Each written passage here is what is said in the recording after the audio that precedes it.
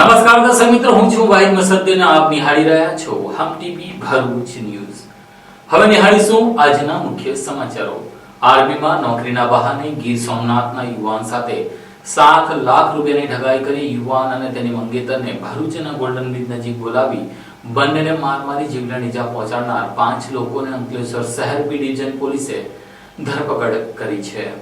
ગીર સોમનાથ જિલ્લાના કોડીનાર તાલુકાના જગતિયા ગામના વતની રાજદીપભાઈ વલ્કુભાઈ મકવાણા ખેતી મજૂરી કરી પોતાનું ગુજરાન ચલાવતો યુવાન છે। ક્યારેક કામની તકો શોધવા માટે તેઓ આજુબાજુના ગામોમાં જતા હતા, જ્યાં આ કેસના મુખ્ય આરોપી રાજેશભાઈ ઉર્ફે રાજાભાઈ બામભણિયા સાથે તેમની ઓળખ થઈ હતી। આરોપી પોતે આર્મી વિભાગમાં ઓળખ ધરાવતો હોવાનું જણાવી ફરિયાદીને નોકરી લગાડવાની લાલચ આપીને અલગ અલગ સમયે કુલ રૂપિયા 7 લાખ પડાવ્યા હતા। પૈસાની માંગણી છતાં નોકરી ન મળતા જ્યારે ફરિયાદીએ રકમ પાછી માંગવાની શરૂઆત કરી ત્યારે આરોપીએ ફરિયાદીને વડોદરા બોલાવ્યા હતા, જ્યાં ફરિયાદી તેમની મંગેતરને સુરત જવાનું હોવાથી તેમની મંગેતર મમતાને પણ સાથે લઈ ગયા હતા। વડોદરા પહોંચ્યા બાદ આરોપી રાજેશભાઈ ઉર્ફે રાજાભાઈ બામભણિયાએ વડોદરા આર્મી કેમ્પ પાસે ફરિયાદીને બહાનાઓ કરીને બેસાડી રાખ્યો હતો અને ત્યારબાદ આર્મીના સાહેબ ભરૂચમાં છે કહીને ભરૂચ બોલાવ્યા હતા। સાથે ફરિયાદીને મંગેતર પણ તેમની સાથે ગઈ હતી। ભૂતકાળમાં વારંવાર ટાળી રહેલા આરોપીએ કહ્યું કે આ વખતે સાચો અધિકારી મળશે તેમ કહી યુવકને ભરૂચ રેલવે સ્ટેશન ઉપર બોલાવ્યા બાદ ગોલ્ડન બ્રિજ નીચે વોટ્સએપ પર લોકેશન મોકલીને ત્યાં આવવા જણાવ્યું હતું। જ્યાં ફરિયાદી પહોંચ્યો ત્યાં રાજેશભાઈ સાથે અન્ય 3 ઈસમો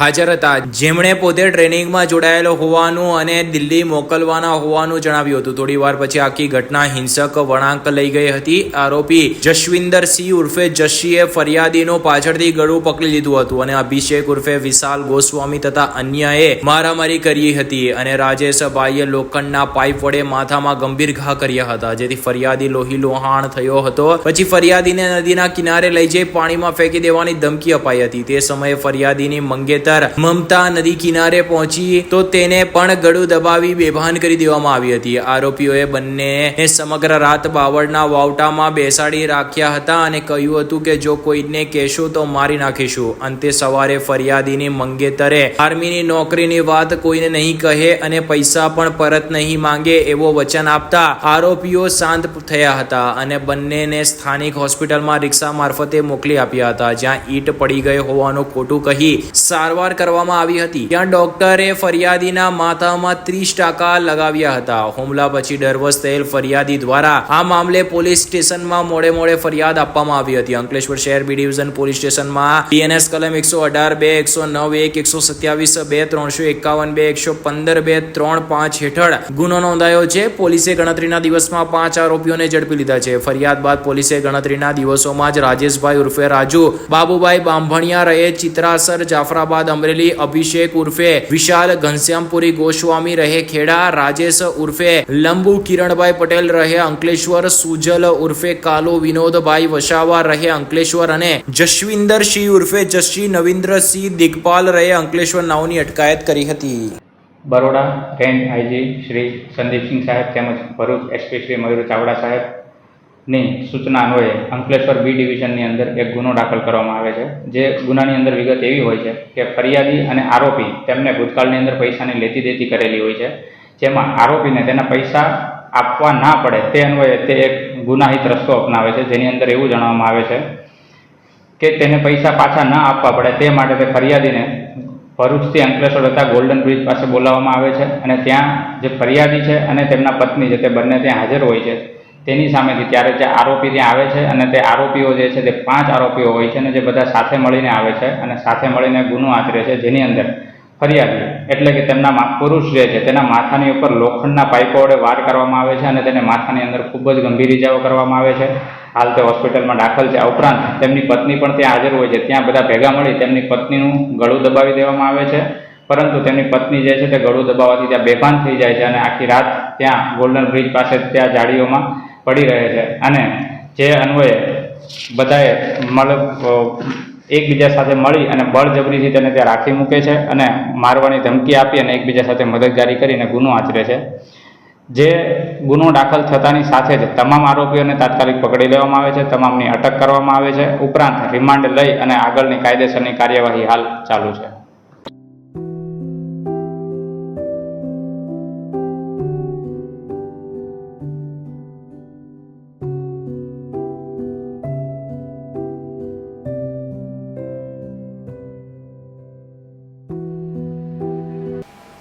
ભરૂચ શહેર સી ડિવિઝન પોલીસે તુલસીધામ ચોકડી પાસેથી યુવતી ભગાડી જવાની રીસ રાખીને એક યુવકનું અપહરણ કરી લઈ જનાર દાહોદથી 2 લોકોને ઝડપી લીધા હતા અને અપહરણ થયેલા વ્યક્તિને છોડાવ્યો હતો.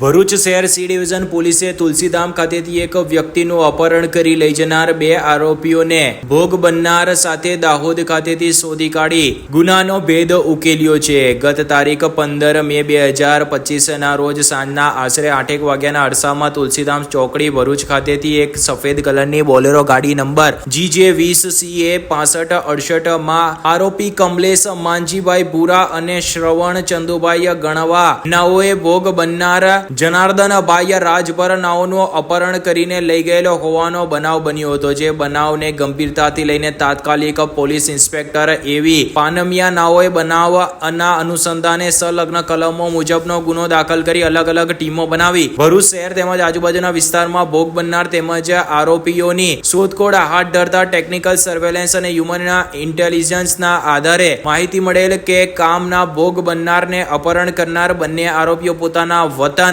નાંદવા ગામ તાલુકા ગરબડા જિલ્લા દાહોદ ખાતે લઈ જઈ બાંધી રાખેલ છે તેવી હકીકતના આધારે તાત્કાલિક એક પોલીસની ટીમને ગરબડા દાહોદ ખાતે તપાસમાં મોકલતા આ દરમિયાન નાંદવા ગામ ખાતે તપાસ કરતા ભોગ બનનાર તેમજ બંને આરોપીઓ મળી આવ્યા હતા, જેથી તેઓને પોલીસ મથકે લાવી અપહરણ કરનાર બંને આરોપીઓ વિરુદ્ધ કાયદેસરની કાર્યવાહી કરવામાં આવી છે. પોલીસે પકડી પાડેલા આરોપીઓમાં કમલેશ માનજીભાઈ ભૂરા રહે સર્વોદય સોસાયટીના સાઇટ ઉપર લુવારા ભરૂચ મૂળ રહે નંદવા ગામ કોટવાલ ફળિયું ગરબડા દાહોદ તેમજ સરવીન ઉર્ફે શ્રવણ ચંદુભાઈ ગણવા ઉંમર વર્ષ 30 રહે અંકલેશ્વર જયાબેન મોદી હોસ્પિટલ પાસેની સાઇટ ઉપર મૂળ રહે બિલવા ગામ ડુંગરા ફળિયું ગરબડા દાહોદ નાઓની અટકાયત કરી છે. પોલીસે એક ગુનાના કામે વપરાયેલ 4 ગાડી તેમજ આરોપીઓની અંગઝડતીમાંથી મળી આવેલ મોબાઈલ ફોન મળીને 5,10,000 રૂપિયાનો મુદ્દામાલ કબજે કર્યો છે.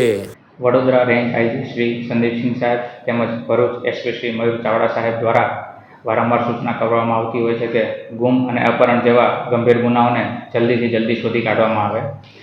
જે અન્વયે તારીખ 15/5/2025ના રોજ ભરૂચ સી ડિવિઝન ખાતે એક ગુનો નોંધવામાં આવે છે, જેની અંદર એવું જણાવવામાં આવે છે કે કોઈ તુલસીધામ ચોકડી ભરૂચ ખાતેથી 2 અજાણ્યા ઈસમો દ્વારા બોલેરો ગાડી લઈને આવે છે અને જેમાં એક વ્યક્તિ કે જેનું નામ છે જનાર્દનભાઈ રાજભર કે જેમનું અપહરણ કરી અને તે બોલેરો ગાડીની અંદર ક્યાંક લઈ જવામાં આવે છે. જે સમાચાર મળતા જ Bharuch C division police station ખાતેથી અલગ અલગ ટીમો બનાવવામાં આવે છે.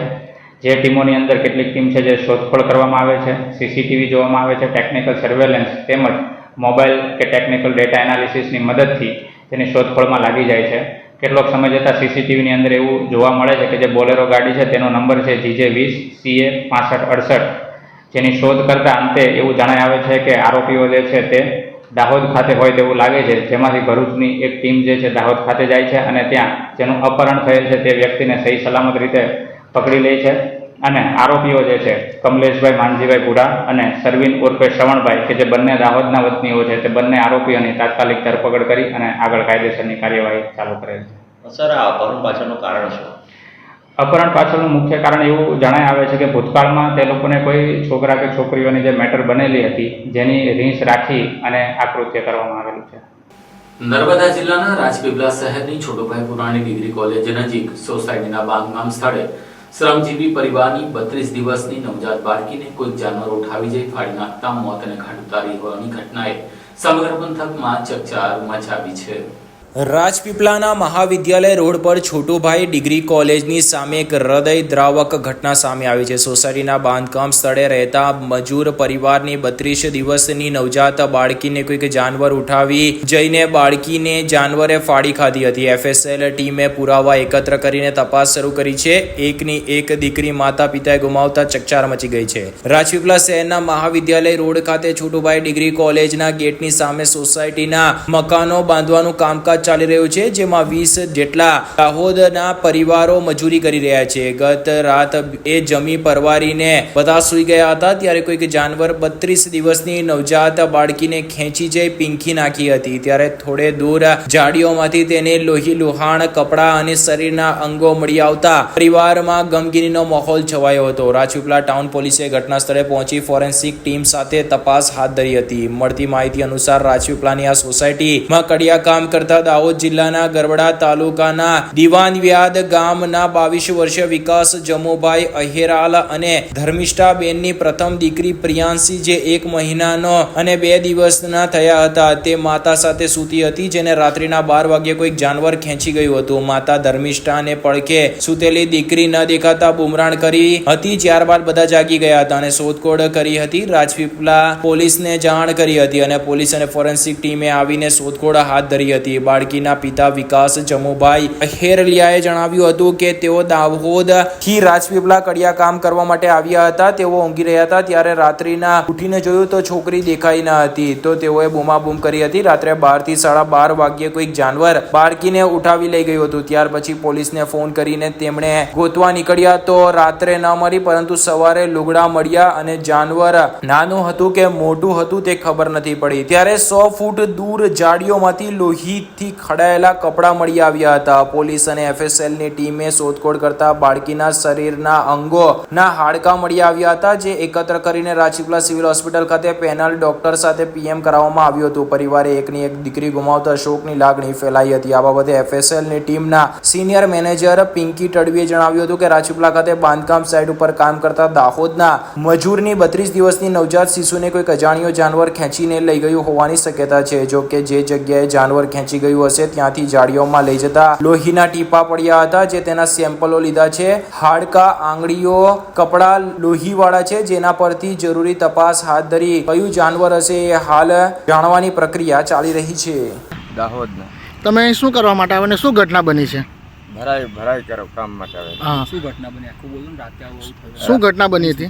રાતે અમે સૂતા હતા હા. અને 12:30 વાગે પછી છોકરીની મમ્મી જાગી કે છોકરી નથી એમ કે પછી બધાને જગાડ્યા. હા પછી રાતે બધા ગોતવા ફર્યા. હા હા. પછી કોઈ ઘાસ નહીં મળે પછી પોલીસ સ્ટેશનની જાણ કરી. હા, પછી શું કેવી રીતે ખબર પડી કે તમારી છોકરી ક્યાં છે? પછી અવારમાં અમે આવ્યા ને પોલીસ સ્ટેશન ત્યાં પાસે આવ્યા, લોહીના ટીપે ગોતતા જાણી ગયા. હા, પછી મળ્યું. શું મળ્યું? એ આ લોહીના ટીપા આ છોકરીના કપડા. કપડા. હા, છોકરી મળી? છોકરી છોકરી ના મળે. છોકરી હતી? 28 દિવસ. 28 દિવસની છોકરી હતી.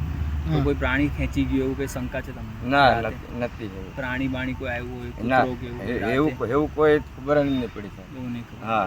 સારું. શું નામ તમારું? જામુભાઈ. જામુભાઈ. ઓકે. એના કંઈક શરીરના અંક મળ્યા છે એવું કંઈ? ના એક છે તો હાટકી તઈ મળે, પેલા કપડા છે ને નાની છોકરી હા નાની છે હાટકી મળે. એનો જે રાત્રે કોઈ જાનવર ઉઠાવીને ત્યાં લઈ ગયું હોય, મારી નાખ્યું એવું છે કીધું છે. એમાં છે આપણને જે સેમ્પલ મળ્યા છે એ 2 નાની હાડકી છે, ગળાના જે તાવીજ પહેર્યું છે તે છે, કડા છે 2, કપડાં છે ને એક કોથળો છે, એમાં લોહીના ડાઘા મળી આવે છે. એ અમે જપ્ત કર્યું. વ્યાયામ પચરક મંડળની એકદમ સામે જ્યાં કારીગરી બધું કામગીરી ચાલે છે ત્યાં આગળથી મળી આવે છે. અમને પોલીસે કીધું કે આ રીતે બનાવ બન્યો છે ને ત્યાં અમે આવ્યા. જગ્યા સ્થળની અમે મુલાકાત લીધી. અમે બધી જગ્યાએ હોતા ગયા ને ત્યાંથી અમને સ્થાન મળ્યું કે આ કંઈ થયું છે. એના ટીપાના આધારે જાણવા મળ્યું છે કે જે બાળકને લઈ ગયા તો એ જે લોહી બધે પડતું ગયું છે એ ત્યાંથી અમે કલેક્ટ. મારું નામ તડવી પિંકી છે. હું ક્રાઇમ સીન મેનેજર છું.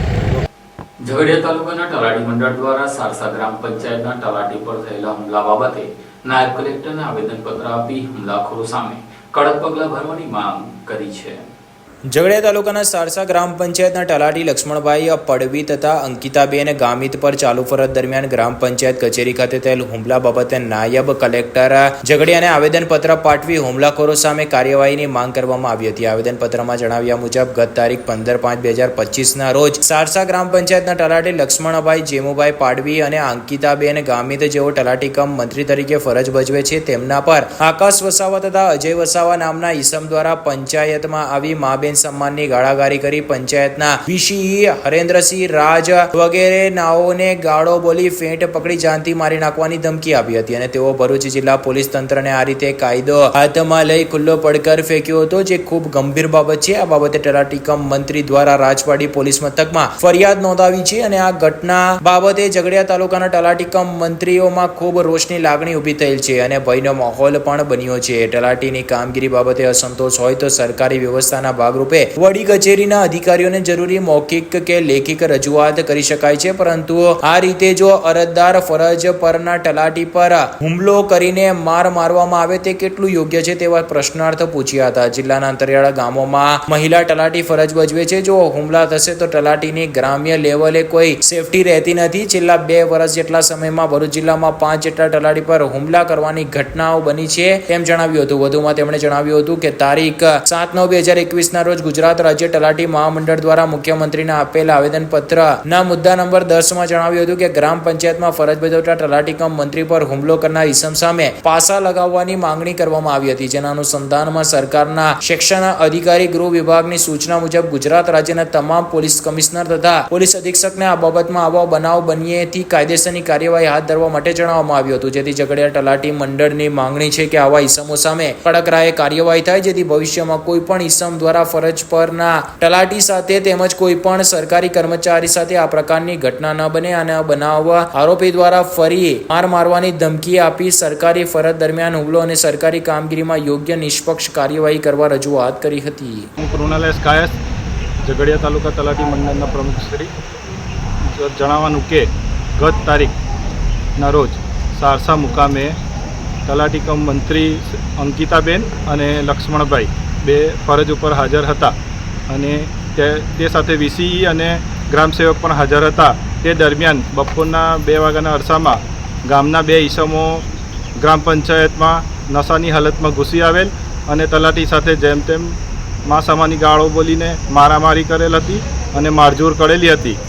જે ઘટનાને હું તલાટી મંડળના પ્રમુખ તરીકે સખતપણે વખોડી કાઢું છું અને આ પ્રકારનો બનાવ બન્યો તે માટે FRI પણ કાલે રાત્રે ફાટી ગઈ છે અને જે આરોપીઓએ આ કૃત્ય કર્યું છે તેની સામે સખતમાં સખત કાર્યવાહી થાય એવી અમારી ભરૂચ જિલ્લા તથા ઝઘડિયા તલાટી મંડળની લાગણી છે અને આ આરોપીઓ સામે જિલ્લા વહીવટીતંત્ર પણ અસરકારક પગલાં અને કાયદાકીય પગલાં લેશે એવી મને આશા છે અને ભારતના સંવિધાન અને ભારતના કાયદા ઉપર મને સંપૂર્ણ વિશ્વાસ છે.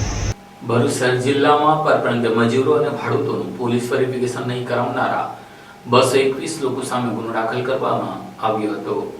ભરૂચ જિલ્લા પોલીસે ભાડુઆત નોંધણી અને પરપ્રાંતીય મજૂરોના વેરિફિકેશન અંગે વિશેષ ઝુંબેશ હાથ ધરી હતી. આ ઝુંબેશ દરમિયાન જાહેરનામાનું ઉલ્લંઘન કરનાર 221 લોકો સામે ગુનો નોંધવામાં આવ્યો છે. જિલ્લા વહીવટીતંત્ર દ્વારા વારંવાર જાહેરનામા બહાર પાડવામાં આવે છે. આ જાહેરનામા અનુસાર મકાન કે દુકાન ભાડે આપનાર વ્યક્તિઓએ ભાડુઆતની વિગત અને પરપ્રાંતીય મજૂરોનું વેરિફિકેશન નજીકના પોલીસ સ્ટેશનમાં ફરજિયાત નોંધાવવાનું હોય છે. ભરૂચ જિલ્લાના SP મયુર ચાવડાએ આ વિશે કાર્યવાહીના આદેશ આપ્યા હતા. તેમના ઉદ્દેશ દેશ વિરોધી, ત્રાસવાદી કે અસામાજિક તત્વોને ગુનાહિત પ્રવૃત્તિઓ કરતા અટકાવવાનો છે. જિલ્લાના તમામ પોલીસ મથકોની અલગ અલગ ટીમો બનાવવામાં આવી હતી. આ ટીમો એ વિશેષ ચેકિંગ ઝુંબેશ ચલાવી હતી. ભાડુઆત નોંધણી અને પરપ્રાંતીય મજૂરોનું વેરિફિકેશન કરાવ્યા વગર મકાન કે દુકાન આપનાર વ્યક્તિઓ સામે કાર્યવાહી કરવામાં આવી છે. આ કાર્યવાહીથી જાહેરનામાનું ઉલ્લંઘન કરનાર લોકોમાં ફફડાટ ફેલાયો છે. ભરૂચ જિલ્લા કલેક્ટર સાહેબ દ્વારા યોગ્ય સમયે જાહેરનામા બહાર પાડવામાં આવતા હોય છે. જેમાંનું એક જાહેરનામું એવું બહાર પાડવામાં આવેલ છે જેનો મુખ્ય ઉદ્દેશ્ય છે કે કેટલાક ત્રાસવાદી કે અસામાજિક તત્વો છે જે મહત્ત્વના ઔદ્યોગિક શહેરોની અંદર જઈ સર્વે કરવામાં આવે છે અને તેની અંદર કેટલાક મકાનો કે તે ભાડે રાખી અને અસામાજિક પ્રવૃત્તિઓને અંજામ આપતા હોય છે. જ્યારે આવી જ પ્રવૃત્તિઓને અંકુશમાં લાવવા માટે તેમજ રાષ્ટ્રીય સુરક્ષા અને સલામતીનો પ્રશ્ન ઊભો થતો હોય ઉપરાંત કાયદો અને વ્યવસ્થા જળવાઈ રહે તે માટે કેટલાક પરપ્રાંતીય ઈસમો કે જે મકાન કે દુકાન ભાડે રાખતા હોય છે તો તે તમામનું વેરિફિકેશન જે છે તે દુકાન માલિક છે, મકાન માલિક છે કે ઔદ્યોગિક એકમો જે છે તે તમામની જવાબદારી બનતી હોય છે. જો આ પ્રકારનું કોઈપણ પ્રકારનું અગર પોલીસ વેરિફિકેશન કરવામાં ના આવે તો તેમના વિરુદ્ધ કાયદાકીય કાર્યવાહી કરવામાં આવતી હોય છે. જેના અનુસંધાને બરોડા રેન્જ આઈજી શ્રી સંદીપસિંહ સાહેબ તેમજ ભરૂચ એસપી શ્રી મયુર ચાવડા સાહેબ દ્વારા એવી ડ્રાઈવ આપવામાં આવેલી હતી કે આ પ્રકારના કોઈ પણ ઇસમો કે જેણે નોંધણી કરાવેલી નથી તેના વિરુદ્ધ કાયદેસરની કાર્યવાહી કરવામાં આવે. જે ડ્રાઈવ અનુસંધાને અગર જોવા જઈએ તો છેલ્લા 3 મહિનાની અંદર 428 કરતાં વધુ કેસો કરવામાં આવેલા છે. આ ઉપરાંત તાજેતરમાં એક ડ્રાઈવ યોજવામાં આવેલી હતી જેમાં છેલ્લા 2 દિવસની અંદર જ 221 જેટલા વધારે ગુના દાખલ કરવામાં આવેલા છે. તો જેના અનુસંધાને દરેક ભરૂચવાસીઓને એવું જણાવવામાં આવે છે કે અગર કોઈ પણ તકેદારીના ભાગરૂપે મકાન માલિકો છે, ઔદ્યોગિક એકમના માલિકો છે કે જે દુકાને ભાડું આપતા હોય છે તે તમામ માલિકોને સ્પષ્ટ સૂચના આપવામાં આવે છે કે તમામનું વેરિફિકેશન કરે અને પોલીસ સ્ટેશન ખાતે તેમનું વેરિફિકેશન કરાવીને તેમની યોગ્ય જાણ કરવામાં આવે. આ ઉપરાંત સિટીઝન પોર્ટલ પણ આપેલું છે કે જેની અંદર નોંધણી કરવામાં આવે. સ્પષ્ટ અલગથી એક સૂચના એવી છે કે બહારના મજૂરો કે પરપ્રાંતીય મજૂરો છે જે ઔદ્યોગિક એકમની અંદર કામ કરતા હોય છે તે તમામ એકમના માલિક છે, તેમના એજન્ટ છે, દલાલ છે, લેબર કોન્ટ્રાક્ટર છે કે જે પરપ્રાંતીયોને કામ ઉપર રાખતા હોય છે તો તે તમામની નિયત ફોર્મની અંદર વિગતો ભરી સ્થાનિક પોલીસ સ્ટેશન ખાતે જમા કરાવવામાં તેમજ સિટીઝન પોર્ટલની અંદર ભરવામાં આવે. વધુને વધુ ગુના હજુ પણ દાખલ કરવામાં આવશે અને આ ડ્રાઈવ હજુ આવનારા દિવસોમાં ચાલુ જ રહેવાની છે. તો તમામ ભરૂચવાસીઓને જણાવવાનું કે આ કાર્યવાહી જે છે તે થોડી સિરિયસતાથી લઈ અને આવા વધારે ગુના અમારે દાખલ ન કરવા પડે તેવી તજવીજ કરવી.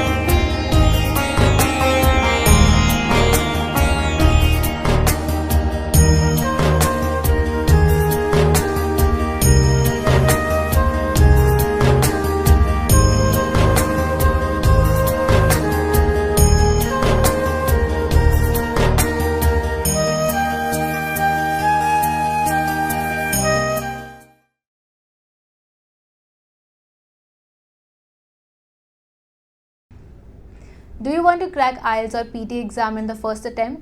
Do you face problems in vocabulary learning? Are you not able to find the right location of answers in reading module? And you also face problems in writing and speaking module? Then join English Labs Powered Center, which is working for 26 years in the field of IELTS and spoken English. On joining English Labs Center, you will get a unique course kit, AI-based mobile app, and through our techniques, more than 1,000 students have cleared their IELTS exams in the first attempt. So what are you guys waiting for? Click on the given link and book your demo now.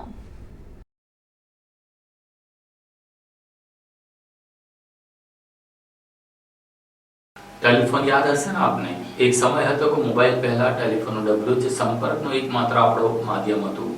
એટલે કે આજે 17 મે વિશ્વ telephone દિવસ તરીકે ઉજવવામાં આવી રહ્યો છે.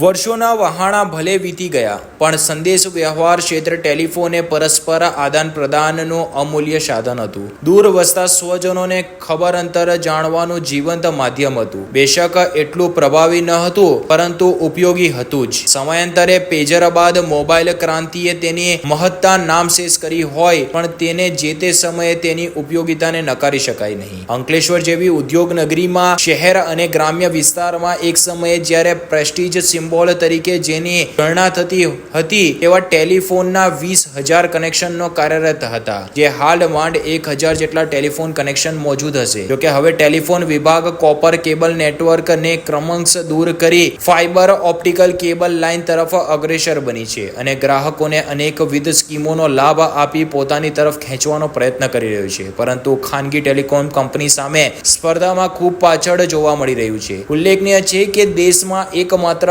કેરલા એવું રાજ્ય છે કે જ્યાં BSNLના સૌથી વ્યાપક ગ્રાહકો હાલ પણ મોજૂદ છે. ખરેખર તો ટેલિફોન કનેક્શન એ તમારા રહેઠાણનો સરકાર માન્ય પુરાવો હતો. જો કે સાંપ્રત સમયમાં એન્ડ્રોઈડ કે સ્માર્ટફોન ટેલિફોન ને લગભગ નામશેષ કરી નાખ્યો છે. 1835માં ન્યુયોર્ક યુનિવર્સિટીના પ્રોફેસર સેમ્યુઅલ મોર્સે એ ટેલિગ્રાફની શોધ કરી. ટેલિગ્રાફ એક સંદેશ મોકલવા માટે મર્યાદિત હતો. જો કે એલેક્ઝેન્ડર ગ્રાહમ બેલે 1876માં ટેલિફોનનો આવિષ્કાર કર્યો અને ત્યારબાદ 1880માં વાયરલેસ ટેલિફોન સંદેશની પણ શોધ કરી હતી. ત્યારથી લઈને ઠેક 1973માં માર્ટિન કૂપરે મોબાઈલ ફોનની શોધ કરી, પરંતુ ભારતીયોના હાથમાં વર્ષ 1995માં મોબાઈલ કાર્યરત થયો હતો. જો કે ત્યારબાદ પણ વર્ષ 2010 સુધી ટેલિફોનની મહત્તા ઘટી નહોતી. ટેલિફોન કનેક્શન મેળવવા માટે પણ લાગવગની જરૂર પડતી હતી. લાઇનમેન સહિત કર્મચારીઓને ફૂલ નહીં તો ફૂલની પાંખડી ધરવી પડતી હતી. જે તે સમયે ટેલિફોન ઘર કે ઓફિસમાં હોવું એ સ્ટેટસ સિમ્બોલની બાબત ગણાતો હતો. ભર બપોરે કોલ આવે તો પડોશીઓની બપોરની નીંદર હરામ થતી હતી, એટલે પડોશી સાથે પણ સુમેળ સંધાઈ રહે તેવા પ્રયત્ન આદરવા પડતા હતા. દેશ બહાર વાતચીત કરવી એટલી સહેલી નહોતી. ભૂતકાળમાં વગ ધરાવતા લોકોએ મંત્રીઓને આજીજી કરવી પડતી હતી, ત્યારે કંઈક પરદેશમાં રહેતા સ્વજનો સાથે વાત કરવાનો મેળ પડતો હતો. જો કે મોબાઈલ ફોન આવ્યા બાદ હવે તો ફિંગર ટિપ્સ ઉપર વિશ્વના ખૂણે ખૂણે સુધી સંપર્ક થઈ શકે છે. વિડીયો કોલિંગ થકી આમને સામને વાત થઈ શકે છે. સંચાર અને સંપર્ક હાથવગો બન્યો છે. ઇન્ટરનેટનું ચલણ હવે સહજ બન્યું છે. દુનિયાના ખૂણે માહિતીનું આદાન પ્રદાન સંભવ બન્યું છે. નાનું ટાબરિયું ઇન્ટરનેટનો આદિ બની જતું હોય છે. આગામી સમયમાં કોમ્યુનિકેશનનો જમાનો બની રહેવાનો છે. ધંધા રોજગાર સહિત સામાજિક સંપર્ક ઓનલાઈન સંભવ થયા છે, જેનો દેખીતો લાભ લોકોને મળી રહ્યો છે. ઝડપી અને જીવંત સંપર્ક શક્ય બન્યો છે. જો કે એ ન ભૂલવું જોઈએ કે આ તમામ ત્યારે શક્ય બન્યું જ્યારે ટેલિફોનનું ડબલું કાર્યરત થયું. સમયાંતરે તેના આકાર, કદ અને કાર્ય પ્રણાલીમાં ફેરફાર થયો. વર્તમાન સમયમાં ટેલિફોન મોટી મોટી કંપનીઓ કે આંતર વિભાગીય કચેરીઓમાં ઇન્ટરકોમના માધ્યમ થકી જીવંત છે, તો સરકારી કચેરીઓ કે પોલીસ મથકોમાં હજુ ટેલિફોન થકી વાર્તાલાપ જીવંત જોવા મળે છે. આજે 17 મે સમગ્ર વિશ્વ આજે વિશ્વ ટેલિકોમ દિવસની ઉજવણી કરી રહ્યું છે. ત્યારે આપણે જોયું છે કે સદીઓથી વ્યક્તિઓ અને સમાજ એકબીજા સાથે સંપર્ક કરવા માટે અનેકવિધ યુક્તિ અને પ્રયુક્તિઓ અજમાવતા હતા. ક્યારેક ઢોલ નગારાનો અવાજ તો ક્યારેક ધુમાડાઓ દ્વારા પણ એકબીજાને સંકેતો મોકલીને એમની વાતો સમજાવવાનો પ્રયાસ કરતા હતા. આપણે સૌએ જોયું છે કે લેન્ડલાઇન ટેલિફોનની શોધ એ ટેલિકોમ્યુનિકેશન ક્ષેત્રે ખૂબ મોટી ક્રાંતિકારી શોધ થઈ હતી અને એથી લોકો એકબીજા સાથે સંપર્કમાં આવતા હતા. વર્ષો પહેલાં આપણે જોયું છે કે એક્સચેન્જ દ્વારા જે નંબરનો સંપર્ક કરવાનો હોય તે નંબર લખાવવામાં આવતો, ત્યારબાદ જે તે ટેલિફોન એક્સચેન્જ દ્વારા એ નંબર ઉપર સંપર્ક કરવામાં આવતો અને કલાકો બાદ એકબીજા સાથે વાત થઈ શકતી હતી. આજે 5G, 6G અને 7Gના સમયમાં મોબાઈલ અને સેલફોન આપણને સહજ થઈ જાય છે, ત્યારે આ મોબાઈલનો ઉપયોગ આપણે ખૂબ સમજી વિચારીને કરવા જેવો છે. આપણે સૌ જોઈ રહ્યા છે કે મોબાઈલના ઉપયોગથી અને વધુ પડતા ઉપયોગથી ખાસ કરીને નાના બાળકો, મહિલાઓ આ મોબાઈલની લતનો શિકાર બને છે અને આવનારા સમયમાં આ મોબાઈલ માનસિક બીમારી સર્જવામાં પણ કારણભૂત થાય એવી શક્યતાઓ જોવામાં આવી રહી છે. ત્યારે આજે વિશ્વ ટેલિકોમ દિવસે આપણે સૌએ સંદેશા વ્યવહારના એક આ અમોઘ સત્રનો સમયોચિત અને યોગ્ય ઉપયોગ કરીએ અને આપણા જીવનમાં આગળ વધવા માટે આ ટેલિકોમ્યુનિકેશન ક્ષેત્રનો સારો ઉપયોગ કરી શકીએ એવી સૌને અનુરોધ કરીએ છીએ. ભરૂચ જિલ્લા કલેક્ટર દ્વારા જંબુસર તાલુકાની મુલાકાત લઈ વિવિધ વિસ્તારો, પોલીસ સ્ટેશન, પ્રાથમિક આરોગ્ય કેન્દ્ર સહિતની કામગીરીનું નિરીક્ષણ કર્યું હતું. ભરૂચ જિલ્લા કલેક્ટર ગૌરાંગ મકવાણાએ સ્તંભેશ્વર મહાદેવના દર્શન કરી વિવિધ સરકારી કચેરીઓમાં કામગીરીનું નિરીક્ષણ કર્યું હતું. ભરૂચ જિલ્લા કલેક્ટર ગૌરાંગ મકવાણાએ ચાર્જ સંભાળ્યો ત્યારબાદ પ્રથમવાર જંબુસરની મુલાકાતે પહોંચ્યા હતા. પ્રથમ સ્તંભેશ્વર મહાદેવના દર્શન પૂજનનો લાભ લીધો હતો. ત્યારબાદ કાવી પોલીસ સ્ટેશન અને સુજલામ સુફલામ યોજના અંતર્ગત કાંસો ઊંડી કરવા તથા સાફ સફાઈની કામગીરીનું સ્તર નિરીક્ષણ કર્યું હતું અને ત્યારબાદ નોંધાણા ગ્રામ પંચાયતમાં દફતરી તપાસ કરી ત્યારબાદ પીએસસી સેન્ટરની મુલાકાત કરી હતી. કલેક્ટરે સ્તંભેશ્વર મહાદેવના દર્શન પૂજનનો લાભ લીધો હતો અને મહાદેવને રુદ્રાભિષેક વિદ્યાનંદજી મહારાજની નિશ્રામમાં વૈદિક મંત્રોચ્ચાર સાથે કરીને ધન્યતા અનુભવી હતી. ત્યારબાદ વિવિધ સરકારી કચેરીઓમાં કામગીરીનું નિરીક્ષણ કર્યું હતું. અંકલેશ્વર શહેર જેડીસીમાં ભારતીય સેનાના ઓપરેશન સિંદૂરને બિરદાવવા માટે તિરંગા યાત્રા કાઢવામાં આવી હતી. અંકલેશ્વર શહેર અને જીઆઈડીસીમાં ભારતીય સેનાના ઓપરેશન સિંદૂરને બિરદાવવા તિરંગા યાત્રાનું આયોજન કરવામાં આવ્યું હતું. જમ્મુ કાશ્મીરના પહેલગામમાં થયેલ આતંકી હુમલાની જવાબી કાર્યવાહીમાં ભારતીય સેનાએ પાકિસ્તાનને મજબૂત જવાબ આપ્યો છે. ત્યારે ભાજપ દ્વારા વીર જવાનોના શૌર્યને બિરદાવવા માટે ઠેર ઠેર તિરંગા યાત્રાનું આયોજન કરવામાં આવી રહ્યું છે. અંકલેશ્વર નોટિફાઈડ એરિયા ભાજપ દ્વારા આયોજિત આ યાત્રામાં ભરૂચ જિલ્લા ભાજપ પ્રમુખ પ્રકાશ મોદી ઉપસ્થિત રહ્યા હતા. અંકલેશ્વરના ધારાસભ્ય ઈશ્વરસિંહ પટેલ અને નોટિફાઈડ એરિયા ભાજપ પ્રમુખ જય તેરૈયા પણ કાર્યક્રમમાં જોડાયા હતા. તિરંગા યાત્રા દરમિયાન જેડીસી વિસ્તારના દેશભક્તિના રંગે રંગાયું હતું. મોટી સંખ્યામાં ભાજપના કાર્યકર્તાઓ અને સ્થાનિક લોકો યાત્રામાં ભાગ લીધો હતો. આ પ્રસંગે ભારતીય સેનાના શૌર્યને વંદન કરવામાં આવ્યું હતું.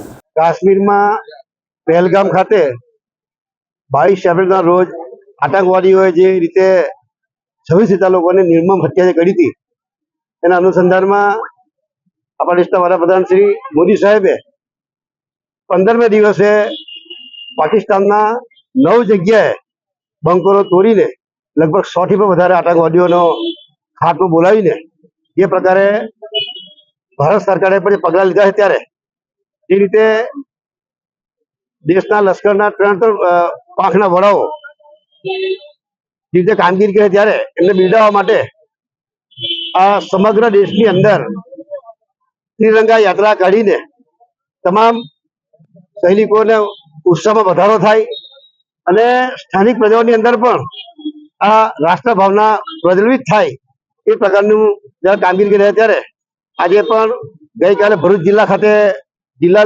કક્ષાની તિરંગા યાત્રા હતી. આજે 5 વાગે અંકલેશ્વર શહેર અને અંકલેશ્વર તાલુકાની તિરંગા યાત્રા હતી. 6 વાગે નોટિફાઈડ ખાતે આ યાત્રા કરવામાં આવી. એમાં જિલ્લા ભાજપના પ્રમુખ શ્રી આદરણીય શ્રી પ્રકાશભાઈ મોદી, અમારા નોટિફાઈડના પ્રમુખ જયભાઈ તેરૈયા, શહેરના પ્રમુખ શ્રી ધર્મેન્દ્રભાઈ પુષ્કરણા, સ્વામીજી સાથે તાલુકાના પ્રમુખ ચંદ્રભાઈ પટેલ અને તમામ કાર્યકર્તાઓ ભાઈઓ અને બહેનો આજે અહીંયા રેલીમાં જોડાયા. ત્યારે એ તમામનો પણ આભાર માનું છું. હાંસોટ ખાતે તિરંગા યાત્રાનું આયોજન કરવામાં આવ્યું હતું.